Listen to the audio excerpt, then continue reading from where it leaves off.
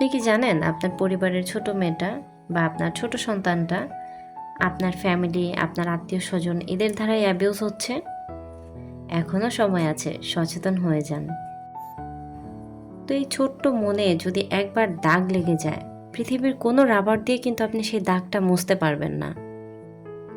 তো এখনও সময় আছে, অন্যের উপরে ডিপেন্ডেন্ট হবেন না যে আমার বাচ্চা তো ওনার কাছে আছে, থাক, আমারই তো রিলেটিভ। না, এটা কখনোই করবেন না। আসসালামু আলাইকুম। মেঘলাস ওয়ার্ল্ডে সবাইকে স্বাগতম করছি।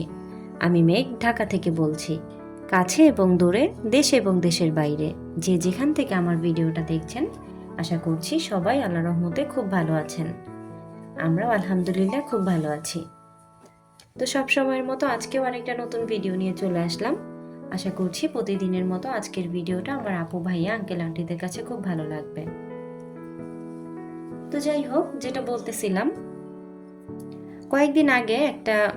কয়েকদিন আগে শুনলাম যে একটা মা তার বাচ্চাটাকে নিয়ে তার এক রিলেটিভের বাসায় গিয়েছিল। সেই আত্মীয়ের বাসাতে তার মহিলাটার একটা চাচা আর সম্পর্কে বাচ্চাটার হয় দাদা।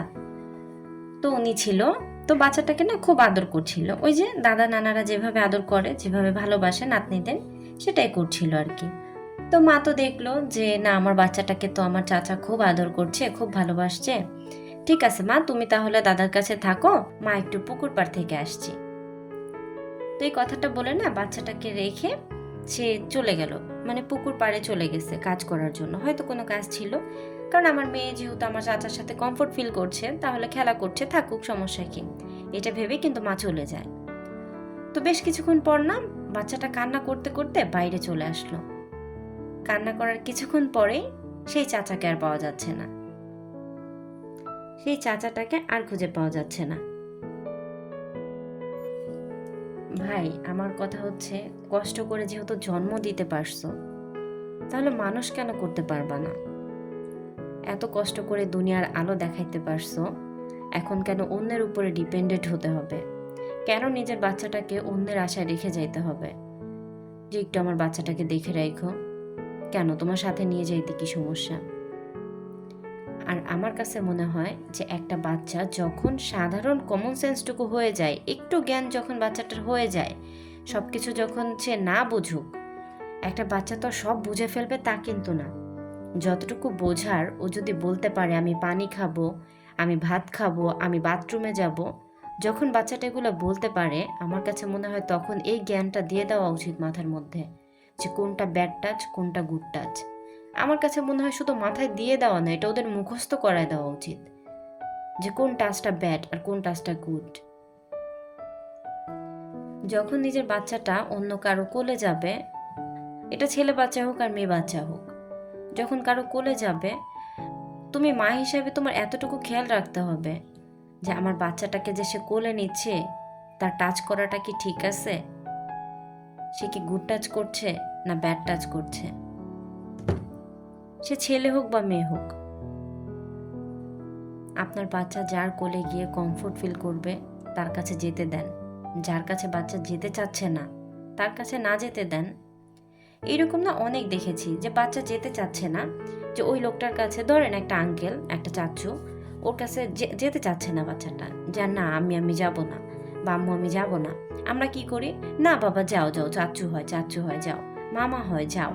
এই কাজটা আমরা করি। কেন করি? বাচ্চাটা তো যেতে চাচ্ছে না, তাহলে কেন জোর করব? ওর ইচ্ছে হলো একাই যাবে।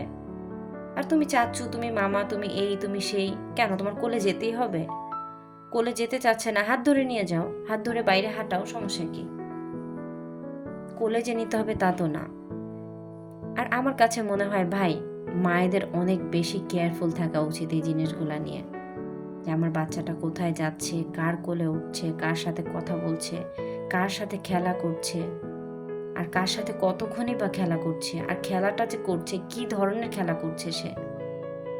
এই যে অনেক সময় দেখা যায় কি, বাচ্চারা যখন বলে যে আম্মু আমি এর বাসায় যাব, আমি ওর বাসায় যাব, আমার একটা বন্ধুর বাসায় গিয়ে খেলা করছি, আমরা মায়েরা কি করি, যে ঠিক আছে যাও গিয়ে খেলা করে আসো।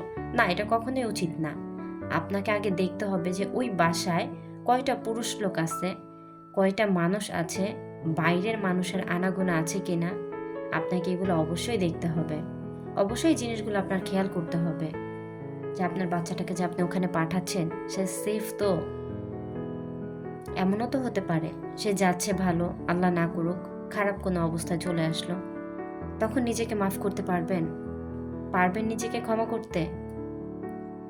আমার কাছে সবসময় মনে হয় যে যাই করুক না কেন ভাই, নিজের বাচ্চা, ওকে এত কষ্ট করে আমি দুনিয়াতে আনতে পারছি, ওকে আমি দেখে রাখতে পারবো না? ওকে দেখে রাখার জন্য কি আমার অন্য মানুষ দরকার? ভাই, আমার সন্তান আমি যতটুকু করব আরেকজন কিন্তু করবে না।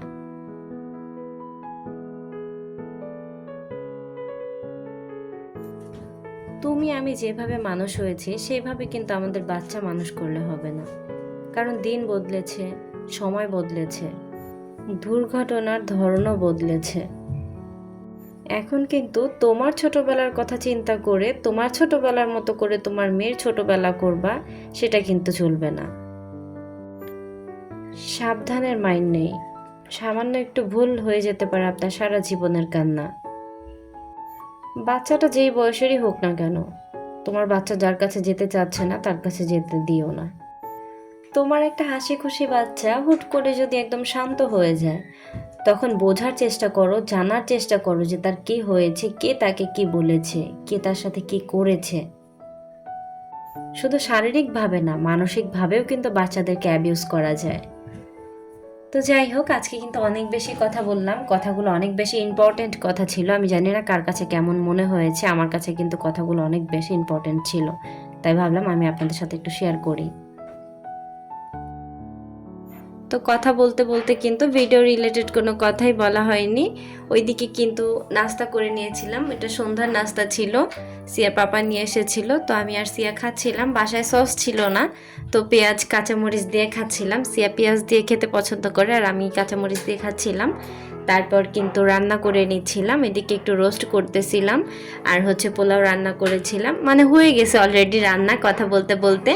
তারপর কিন্তু আমার শাশুড়ি মার জন্য পাঠিয়ে দিচ্ছিলাম।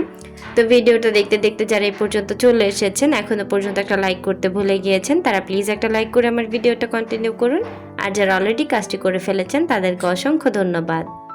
আর যারা আজকে প্রথম আমার চ্যানেলটি ভিজিট করছেন, আমার ভিডিওর কোনো অংশ যদি আপনার কাছে ভালো লেগে যায়, আপনি চাইলে আমার চ্যানেলটা সাবস্ক্রাইব করে নিতে পারেন আর পাশে থাকা বেল আইকনটা প্রেস করে দিতে পারেন। এতে করে আমি যখনই ভিডিও ছাড়বো আপনার কাছে নোটিফিকেশন পৌঁছে যাবে। আর আপনি যদি চান আপনার সময় এবং সুযোগ মতো ভিডিওটা দেখে নিতে পারবেন।